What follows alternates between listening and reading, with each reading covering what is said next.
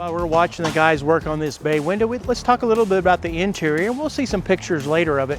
But when your window company comes and talks to you about your window purchase, be sure to ask them about how do they handle the interior of the house. How will they handle your window treatments, whether it's drapes or mini blinds or plantation shutters? There's a way to take those off and put them on and make them fit as best as possible. But understand that when your house was constructed originally, they used builder grade windows, which are thin and they have wide fat frames. They're a cheaper product and they need wider frames for that structural integrity, and they're thinner to save money, and they don't have that double pane insulated glass in most cases. So if you'll picture, the new replacement window is generally an inch thicker.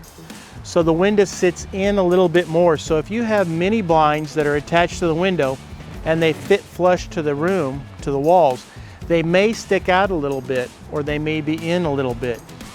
So you may have to get new window treatments. Generally speaking, those type of blinds are some faux vinyl 2-inch blinds. They're relatively inexpensive at Home Depot. And the cost to those are generally about $80 in today's market.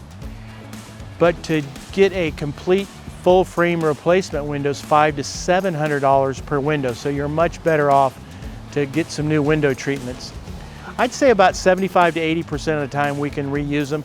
Recently did one in a family member's house and they had plantation shutters, went back on, no problem at all.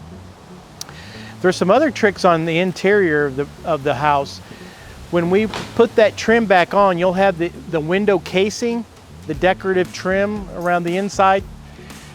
If we need to replace that, we're happy to do it. We have expert carpenters. They'll make all the angle cuts right. We'll use a primed material. When we nail it on there with the small trim nails, we'll put some caulk on there and in most cases the homeowner can easily paint that window trim or have your painter do it. It's pretty much it's ready to paint and will look fine for most applications. If you have some fancy trim or a super nice interior, you may want to hire a painter or do it yourself if you enjoy that.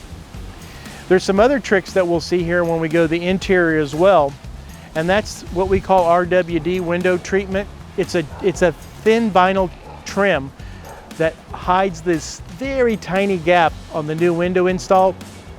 In the past, we've actually used 1/4 or 1/2 inch wood square trim, or we've caulked it and it doesn't look quite as good. But in the modern day, we found this product. We bring it in from Florida.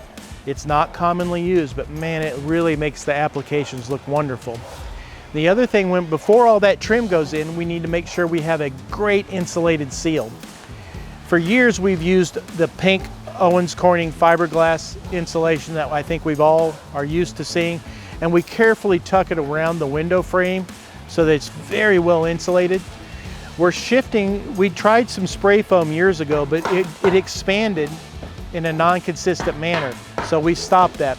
But today's spray foam is much better product. In fact, in our recent contractor update class in the Energy Day seminar, spray foam is now going to be required on new construction. It provides a vapor barrier, a moisture barrier, it's an insect barrier, and they've really got that spray foam down to where it does not expand at all.